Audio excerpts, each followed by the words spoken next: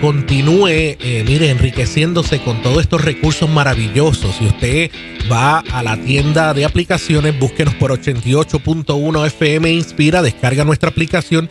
Allí también va a ver nuestros videos, todos estos segmentos que usted puede repasarlo. También lo puede hacer a través de nuestro canal de YouTube. Búsquenos por 88.1 FM Inspira.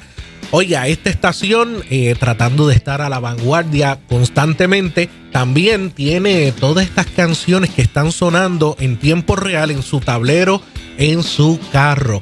Si usted tiene ese sistema en su vehículo, que ya prácticamente todos los vehículos nuevos, ¿verdad? Y no tan nuevos, también lo tienen, pues usted puede ver el nombre de la canción y también el cantante que está sonando en tiempo real.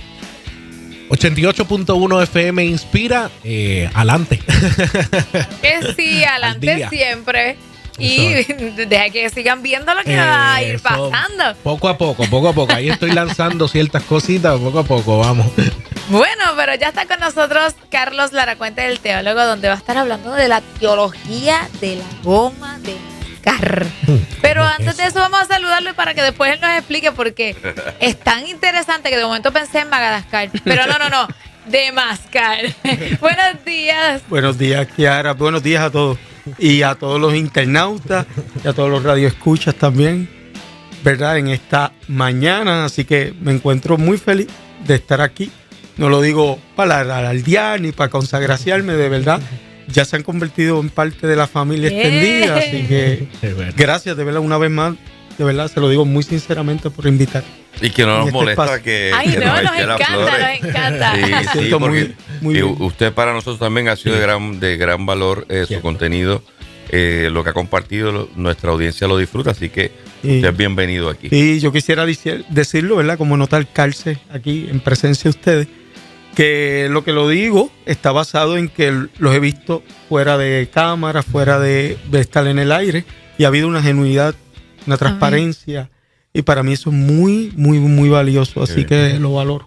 Bendito Dios. Nuestro interés en esta emisora es siempre llevarle un contenido a nuestra audiencia y a todos los que nos vean también, que les sea de edificación, que nos pueda acercar a Dios y hacer como Él. Y siempre podemos hablar con usted muchos temas, eso me encanta, porque son muchos temas, y con mucha sabiduría nos lleva a un entendimiento. Entonces me traes el día de hoy un tema tan curioso, pero a su vez tan profundo: la teología de la goma de mascar. Cuéntenos de qué es esto. Mire, surge en una tipo de encuesta que surgió en una de mis clases coloquiales, donde traímos en foro cuántas personas, ¿verdad? Porque tengo población multisectorial y multidenominacional, pues que tenían una asistencia en la iglesia, pero no tenían disciplinas espirituales desarrolladas. Y no lo traímos y algo que quiero traer, ¿verdad? Como salvedad ante la audiencia y ante este foro. No es algo peyorativo, punitivo para ser recalcitrante y decirle, pues, no eres creyente. Sino, era ponerle en justa perspectiva que sí estamos asistiendo, pero normalmente no necesariamente significa las disciplinas espirituales. Entonces traímos esta analogía que muchas veces el domingo en nuestro sistema eclesial se convierte como esa goma de mascar, pero según va pasando lunes y martes, ya ese azúcar, ese aspartame, que es como se llama, que es un azúcar sintética, va perdiendo esa sustancia y llega un punto que ya el jueves no hay nada y el viernes pues prácticamente me duele la quijada y me puede ver hacer transgresión, entonces tengo que expulsarlo. No es ni porque el chicle sea malo o bueno, simplemente porque ya perdió su cometido. Y cuando no hay disciplinas espirituales, pues prácticamente se desconcerta eso. Lo traigo, ¿verdad?, con un teórico que trajo Karl Barth y los dejo a ustedes. Karl Barth decía algo que me parece para mí genial. Él decía, si queremos por lo menos tener la iglesia de vanguardia como fue la iglesia primitiva, debemos de hacer creyentes de lunes a sábado más que creyentes de domingo. Claro. Y él lo traía, ¿verdad?, como una ficha confrontacional, que normalmente esa rúbrica, ya sea por diferentes condicionantes, lo hemos hecho al revés, donde nuestra actividad cultica, que no busco, ¿verdad?, estigmatizarla, pero ahí hacemos como que parte todo de la confraternización, pero cuando no hay disciplina, el lunes, el martes, eventualmente donde yo necesito expresar el evangelio, pues no hay nada, porque la disciplina es aquella área depurada. ¿Y esa disciplina espiritual, de qué específicamente estamos hablando? Excelente. Eso viene de una palabra, disciplina, ¿verdad? Y yo quiero utilizar esto para hacer un exorcismo de la palabra, porque usted escucha la palabra disciplina dentro de la cosmovisión del cristianismo y rápido presenta el área o lo segmenta el área conductual. Sí. Y ciertamente... Hiciste algo malo y te pongo en disciplina. Y si lo traemos una analogía, tiene una parte de veracidad, pero eso simplemente es la rama de una ramita de todo el árbol. Sí tiene un aspecto conductual, pero disciplina viene de la palabra matetes, incluso de ahí viene la raíz de discípulo. Incluso, y si lo traemos en un macro, Mateo 28, 19 al 20, dice la famosa gran comisión, id y hacer matetes, no dice ir y hacer convertidos. Tesis, muchas veces la iglesia está más enfocada en hacer convertidos que hacer discípulos. Hello, no son todos, no estoy generalizando, pero es a veces una cosmovisión implícita que tenemos. Obviamente, antes de ser discípulo, tú tienes que ser convertido, pero hay que transicionar a ser discípulo. Entonces, el discípulo era esa parte donde hay un valor, donde hay un nivel degustativo, y lo que me lleva a la disciplina es algo que me gusta, y por eso hay un after duty, si lo podemos decir así, donde yo depuro unas áreas, mucho más allá de la habilidad que lo tenga. En esto han sido bien buenos los japoneses. Incluso hay una cita japonesa que dice, tarde o temprano, la disciplina vence a la inteligencia. ¿Cierto? Definitivamente. Doctor Carlos Laracuente, cuando escuchó la manera como usted explica la raíz de dónde proviene la palabra disciplina y su asociación con lo que debemos aspirar a ser discípulos de Cristo, casualmente yo publiqué hace unas horas algo relacionado con ese detalle. Bueno, qué mal, o sea, pienso en ese tiempo que se invirtió lastimando esa identidad de discípulo cuando cometíamos errores y nos llamaban al frente. Yo pasé por eso, para que tuviéramos que denunciar públicamente nuestros errores. No sé en qué base bíblica se sostenía en ese momento, pero fue una práctica muy común. Claro. Se hizo muy rutinaria, incluso dentro de los organigramas y la doctrina eclesiástica de la gran mayoría de muchas organizaciones en Puerto Rico. Usted ha sido diferente en decir, no quiero generalizar, hay una gran mayoría de organizaciones en este país que en los 70, 80, eso fue su metodología de proceso. Claro. Señoras y señores, en este momento, antes de continuar alabando al Señor, tenemos que hacer un importante anuncio. Y ahí nos llamaban a tener que denunciar nuestra conducta delictiva desde la óptica de ellos. Confío de que eso no siga pasando, pero ¿en qué momento se le dio carta de autoridad al líder espiritual o a la organización para entender que así era? Que así era que se discipulaba. Porque esto te va a ayudar a ser un mejor cristiano. Claro. Claro. Era como que la tónica para justificarlo. Pero no será del mismo verso que dice, pues si lo ves que ha faltado, lo llamas aparte, luego busca un testigo y luego, claro, ¿hasta dónde? Porque dice luego, entonces decirle a la iglesia. Entonces, ¿hasta dónde eso se ha desvirtuado? Me imagino que es lo que hace. Claro, ¿verdad? No voy a tocarlo completamente el texto a nivel exegético, porque nos saldríamos del tema, pero está conectado con el tema. Lo que pasó que el tema disciplinario dentro de la cosmovisión, estamos hablando latinoamericana, no puedo traerlo a nivel universal, nosotros que venimos de ciclos de iglesias históricas y iglesias de la iglesia pentecostal, principalmente, que fue el movimiento misionológico que hubo en Puerto Rico, la disciplina se tomó como el talón de Aquiles en el binomio de lo que es el testimonio, y obviamente tiene una validez, pero esta disciplina conductual.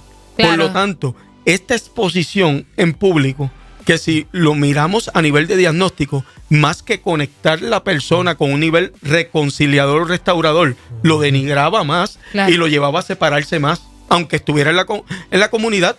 su corazón ya se separaba porque fue una exposición, fue una humillación lo que recibió en medio de eso. Fue tomar ese texto literalmente.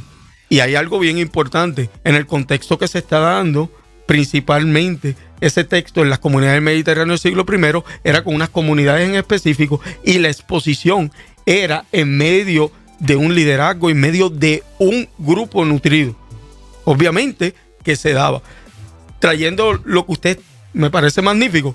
¿Qué creó eso? ¿Cuáles fueron nuestra sintomatología que terminó? Obviamente, en esta condición, creamos un PTSD. Claro. La palabra disciplina. Y yo estoy convencido que podríamos hacer un sondeo en la audiencia. Tan pronto la escucharon, trajo ese recuerdo de cuando me expusieron en la iglesia. Y no significa falta de sanidad, hermano. No significa que usted tiene que reprenderse. Es que se creó un evento traumatológico. Y la realidad es que al viciarse el concepto, alteras la molécula básica de lo que es crecer en el evangelio. Porque sin disciplina no se crece en todo.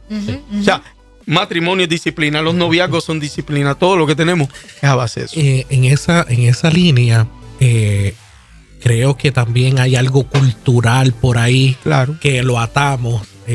Disciplina era lo que mi papá hacía con mi mamá y mi papá hacía conmigo. Seguimos replicando eso.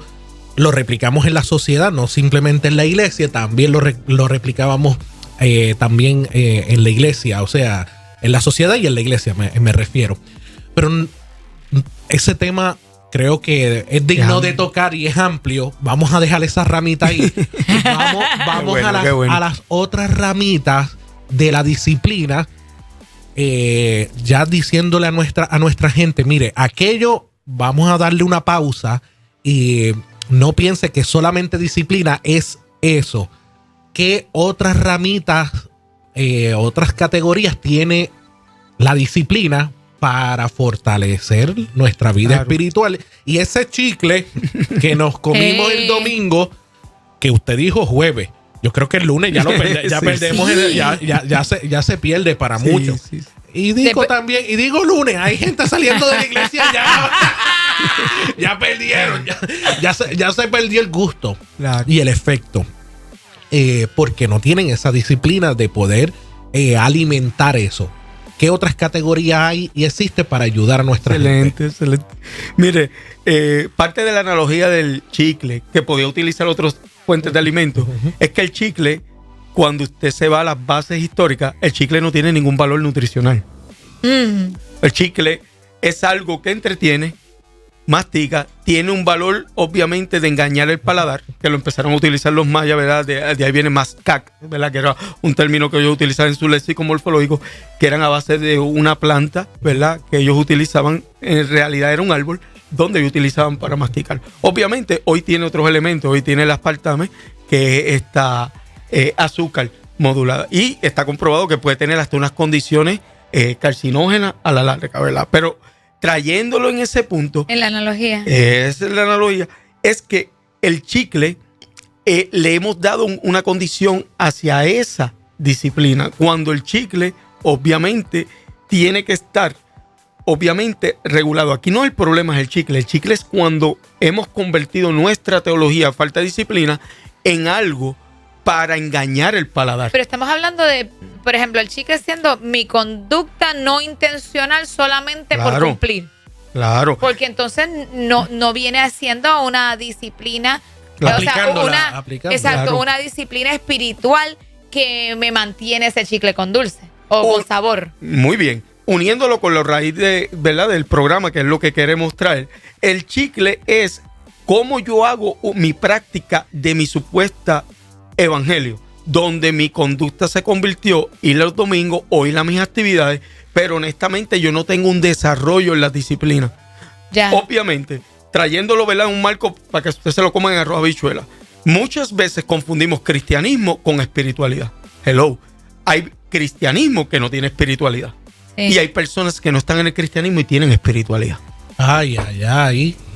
Por lo tanto, la espiritual, y es algo que lo ponemos como sinónimo en el cristianismo, porque ponemos el detalle de Y obviamente aquí no estamos devaluando la conversión, la actividad cultica y toda esa actividad comunitaria que necesitamos. Sí, pero si miramos a Jesús dentro del ámbito como el fundador de este organigrama, date cuenta, su vida cultica fue ínfima, porque no lo podía hacer, el César era Dios, pero su vida hacia la espiritualidad conectada fue la diferencia. Entonces enseñó a no comer ese chicle, sino a comer, obviamente, lo que debemos tener, a producir fruto. Uy. el fruto porque el fruto tiene y voy a traer una analogía metafórica, el fruto no tiene aspartame, azúcares modificadas. El fruto tiene niveles vitamínicos, que son las azúcares naturales que necesitamos dentro de nuestro contexto vivir. Y ahí entra después la teología paulina con Gálatas 5, 22, 23, ¿verdad? Amor, gozo, paz, bondad, mansedumbre, templanza. Y ahí es que está el detalle. Entonces, no nos quedemos, ¿verdad?, en esta poesía. ¿Cómo podemos hacer, ¿verdad?, dentro de nuestras comunidades de fe o nuestros ejercicios personales? Porque luego el ejercicio, que yo no le he contado a mis estudiantes, le traímos a nivel de coloquio una pregunta medular. ¿Qué debo de hacer? Claro. Porque le traje, ok, es algo bien interesante y lo podemos traer aquí a nivel de sondeo.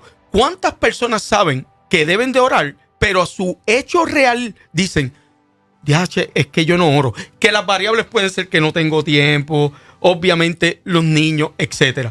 ¿Cuántas personas saben que deben de leer más la Biblia, pero no lo pueden hacer? O sea, lo que estamos teniendo un problema hoy no es con la ortodoxia, es con la ortopraxis. ¿Cómo yo llevo de lo teórico ese puente a lo práctico? Y eso me tortura, porque sé que debo. Tienes que orar. Es que yo lo sé, pero no encuentro cómo. O sea, yo quiero ser empático con la audiencia, ¿verdad? Con esa audiencia, no por consagraciarme, porque es que eso mismo pasó.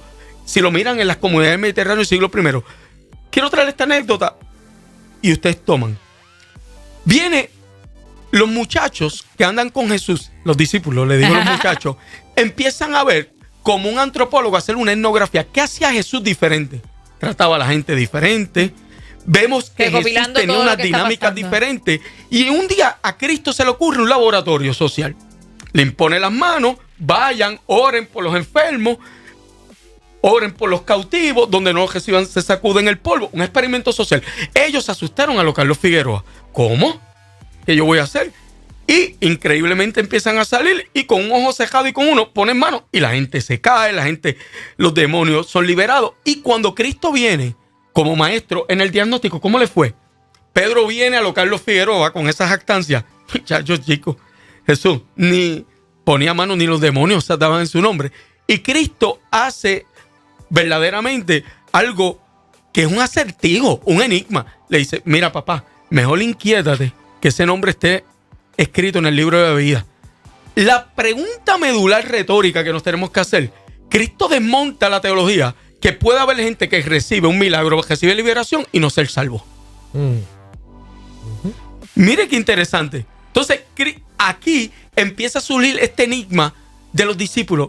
Yache, andamos con hicimos lo que él hace, y aún así faltan cosas. Y yo quiero traer algo que está en los evangelios sinópticos, y el único que lo toca es Lucas, por lo menos, y dice que todos empezaron a argumentar, lo estoy parafraseando para darle un sentido coloquial, y ellos empiezan a mirar, ya oramos y la gente se liberó y no sanó, ya vimos esto, ya estamos hasta hablando como Jesús, lo vemos después en Pedro, y sin embargo no es suficiente. Y uno se da cuenta, no dice el canon bíblico que es, y uno se le acerca, Lucas 11:1, y se le acerca. ¿Quién se atreve? Pues yo voy. Señor, ¿nos enseñas a orar? Ay, Dios mío. A Jesús no le molesta. Jesús no dice, usted llevan 1 año, 2 años conmigo, eso trapo sin vergüenza. Era como si lo esperara. Es un maestro que espera, ¿no? Porque la oración no es endémica por cuántos años tú debes. La oración no es instintiva. La oración, él pone el querer como el hacer. Dice el texto en Filipenses, ¿verdad? 2:12. Pero la disciplina la creas tú. El Señor te levanta un día a las 3 de la mañana, ¿verdad? Pero hermano y hermana, no lo levanta todos los días. La disciplina la tienes que crear tú. Te levanta un día, pero la disciplina la creas tú. Es decir, que en esa dirección era la pregunta que quería hacerle. Tengo que depender del encuentro congregacional eclesiástico para esperar qué disciplina me desafía ese día. No debe depender de eso. no debe. Las disciplinas son esa convicción que muchas veces se da tras bastidores. Ejemplo, yo no he visto ninguna persona disciplinada en el área de ejercicio, más allá de lo profesional o aficionado, que diga, oye, todos los días quiero ir al gimnasio, me estoy pompeado, ¿no? Hay días que sí. Y hay días que tengo que hablarle a mi cuerpo, incluso sin ser espiritual, hablarle a mi carne. Y después que están esas endomorfinas, después que está esa adrenalina, yo digo, qué bien me sentí. Qué bueno, no tiene que ver con carnal. Es que es algo endémico del ser humano. Y con la espiritualidad, ¿verdad? Lo hemos llevado, perdóneme, ¿verdad? Por la fraseología que voy a decir. A veces somos tan espirituales que nos hemos convertido en espiritistas. Pretendemos, si es de Dios, me tiene que levantar todos los días para interceder. Si es de Dios, Él me tiene que poner querer como la serie y que la palabra se memorice como si fuera un verbatim de Short Circuit, una película de los 80. Y ahí, no, hermano, ¿puede pasar? Sí, pero la mayoría de nuestros casos va a ser muchas veces esa disciplina, ese ahínco combinado con actitud y quizás con recursos externos. Hermano, ayúdeme, no entiendo este texto. Llamarme a mí, no porque sepa más, sepa menos, y acompañarnos en ese proceso comunitario, Santo. donde nuestras deficiencias se convierten después en nuestras competencias. Sí. Santo Dios. Espectacular.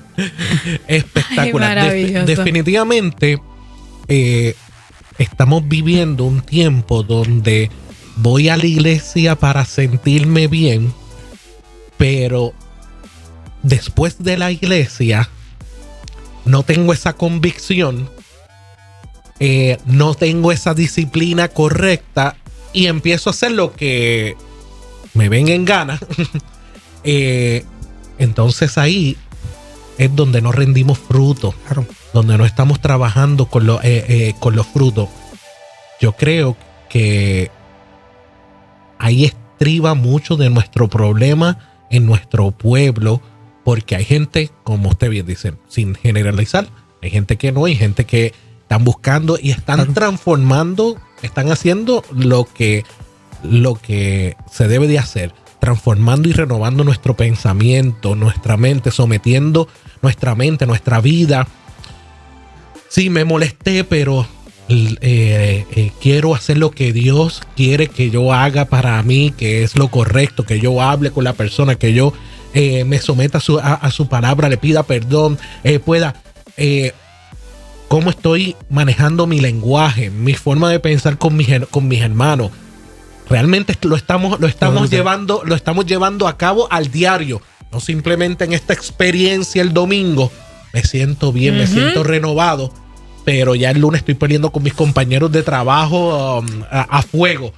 Estoy haciendo un contratito, bueno, que es una mentirilla blanca.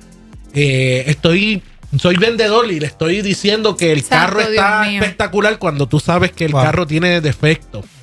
Me estoy llevando los bolígrafos. Sí, no, es que desde lo mismo no tiene que estar pendiente. O sea, o estoy tratando de verdad de ser sincero y decirle, mira, este vehículo lo estamos vendiendo y tiene estos desperfectos, si usted se lo quiere llevar de esa forma, o las estrategias que sean, pero estrategias correctas, ¿verdad? Que uno sea íntegro. Estoy aquí poniendo muy bien. Diferentes ejemplos aquí, a lo que me viene a la mente. Estoy siendo honesto con los documentos. Este documento no va a salir para mañana. De verdad, esto puede tardarse varios días. O simplemente quiero decirle, va a salir mañana para salir del paso. O sea, estoy trabajando con todas esas cosas. Estoy mintiendo a mi esposa. Estoy siendo infiel. No estoy hablando de infidelidad sexual. Estoy siéndole infiel con mis finanzas. Estoy escondiéndole cosas a mi esposa. Santo. Estoy siéndole infiel. No estoy hablando con otra pareja. Es parte 2. O sea, estoy trabajando con esto diario. Puedo seguir mencionando. Ahí caemos en nuestra problemática, disculpa, de pues el chicle se nos va a acabar, no estamos nutriéndonos correctamente. Excelente. Yo creo que el tema está espectacular. Me hiciste recordar al padre de la teología existencialista, Soren Kierkegaard, era filósofo también, pensador. Él decía algo muy similar a lo tuyo. Él decía, le preguntaron por qué la iglesia, en su contexto, cuando le preguntaron por qué la iglesia en el área de las disciplinas espirituales estaba carente. Y dentro de su formulación hubo una cita muy curiosa. Él dice, es que normalmente la iglesia, su discurso, así la iglesia se ha enfocado en entrenar, en que obedezcas, no en que pienses. Santo Dios. No mientas, no robes el bolígrafo, está leyendo de tu contexto. Pero es diferente cuando ya yo, por una disciplina, no estoy diciendo que eso está mal, no robes, pero no es lo mismo cuando yo, por una disciplina, me redarguye, lo voy a coger y digo, no está el pastor, no fue que lo... no llamo esto. No sé si cabe la oportunidad de cerrar, al menos que puedas mencionar, y porque esto aguanta una segunda, tercer episodio, esas disciplinas espirituales, por lo menos esas primeras 3 tan importantes que nos distinguen como discípulos de Cristo. ¿Se podría mencionar? Es que le hemos dado un renglón. Principalmente me recuerdo el famoso BOA, el acróstico, Biblia, oración y ayuno. Y nos detuvimos ahí. Perdóneme. Es más que una de las disciplinas que practicó Cristo es la disciplina de la contemplación. Está comprobado que incluso cuando estamos en ese sermón del monte, no han visto los valles y los collados, no han visto, porque una fuente no puede dar, ¿qué? Los pajarillos. Dos aguas. Está hablando de esas riberas que bajaban y llenaban el mar de Galilea. ¿No han visto esos pajarillos? Jesús debe tener un PowerPoint, tener una pizarra y la aprovechaba. Ay, sí. Y ahí las personas tener esas figuras contemplativas y tener una regulación. La disciplina muy difícil en nuestro contexto, la disciplina del silencio. Del silencio. Que también Dios se menea. No es que lo hagamos una dogma, pero también a veces estamos hablando todo el tiempo que se nos ha olvidado saber y aprender a escuchar. Y para que lo entienda, está configurado que dentro de la neurociencia el ser humano escucha solamente 17 segundos. Lo demás estamos pensando cómo vamos a contestar y eso. Porque oímos por naturaleza, escuchar es algo que se educa. Y nos pasa. Bueno, y ahí doctor, podemos hablar varias disciplinas. Ya el tiempo apremia, pero me da mucha alegría poder mencionar que ya salió un libro escrito por usted que es un encuentro entre lo que creemos y lo que practicamos, el ortopraxis. Por favor, este es el volumen 3. Cuéntanos un poquito, porque pues no habíamos visto sabido de los anteriores. Cuéntanos un poquito de los anteriores, rapidito, y cómo adquirimos esto para poder entonces seguir conociendo de ambas cosas. Sí, pues prácticamente esto nace por una iniciativa donde a través de toda mi vida me siento a escribir y en un plano anecdótico era como nuestra relación con Dios se da en la cotidianidad. Entonces utilicé, bien interesante, las personas que fundaron a la iglesia. Cuando miramos a la iglesia en Hechos 6:3, nos recreamos en 7 personajes: Esteban, Felipe, Timor, Parmenas, Nicanor, Timor, ¿verdad? Y cuando miramos esos personajes, casi nada hay escrito de ellos. Sin embargo, fueron las columnas de la iglesia. Pues me llevó a investigar que ellos hacían tras bastidores. Y era una vida común. Atendían a las viudas, a los huérfanos, y eran ese apoyo de servicio que dan. Entonces, el primer tomo, que se llama Anonigénesis, es cómo la intimidad se da donde nadie lo ve. Es como tu luna de miel. Tú no te llevas a la suegra y te llevas a la iglesia. Por más que tú ames, siempre una relación es legítima entre 3 adulterios. Después hablo de eso. Y lo traigo, ¿verdad? Dentro de una cosmovisión en la intimidad. Ya el segundo tomo, las 7 columnas, es cómo ellos se van desarrollando y es un aspecto más teológico. Cómo las funciones que ellos hacían en su teología. Y ya ortopraxis es cómo esa práctica privada es una práctica comunitaria por el que le llamo ortopraxis, porque esta es una cosmovisión más pastoral. El libro, ¿y dónde se puede adquirir? Lo pueden accesar, entrar a mi página, ya están en Amazon, y una vez entran a mi página, ahí está el link, y lo demás ya usted lo sabrá hacer, porque eso es una tienda virtual y le va a llegar a las puertas de su hogar. O si no, con este servidor se comunican, podemos contactar también, ir a su iglesia, y mis teléfonos 787-601-7199, 787-601-7199. ¿Y su página es? Y ahí estamos. En Esto Pensar 2016. Y ahí siguen todos los pasos. Demasiado de bueno que hemos cerrado en esta mañana. Yo creo que este segmento me encantaría que se viralice. Porque este tipo de cosas necesitamos predicarlas más. Creo que es pertinente este tema. Discutirlo en sus iglesias también. Invite al doctor y tengan una charla con él, que yo sé que va a ser de mucha bendición. Gracias por estar con nosotros. Gracias. Y hablarnos de estos temas. Y bendigo y no te rindas. desarrollando la disciplina. Si tienes ese querer como al hacer y te sientes incómodo, eso lo ha puesto el Espíritu Santo. Nada más sacar el tiempo y la actitud, y yo sé que Dios es experto en la frustración. Gracias. Bueno, de esta forma finalizamos este programazo en la mañana de hoy, muchachos. Qué programazo, definitivamente. ¿Cómo pueden contactar a Rafa? Cuéntame. 787-988-3530. Ahí está el numerito a llamar, 787-988-3530. Rafael Ángel Pérez Colón, así aparezco en las redes sociales. Y a mí me puedes conseguir a través de las redes sociales también, Kiara Pita, pero les invito el 4 de julio para que puedan estar con nosotros en el cierre de una temporada de 10 años en la Academia de Artes y Danza Mishná, donde tendremos un recuento maravilloso de esas piezas artísticas y, sobre todo, ministrar tu corazón. Así que puedes buscar información a través de mi página, Kiara Pita, en las diferentes redes sociales. No se quite nadie, manténgase ahí conectadito. Buena música, buen contenido. Por ahí se acerca nuestro Carlos José Ortega para ponernos al día. Buena música para mantener todos conectados con el Rey de Reyes y Señor de Señores.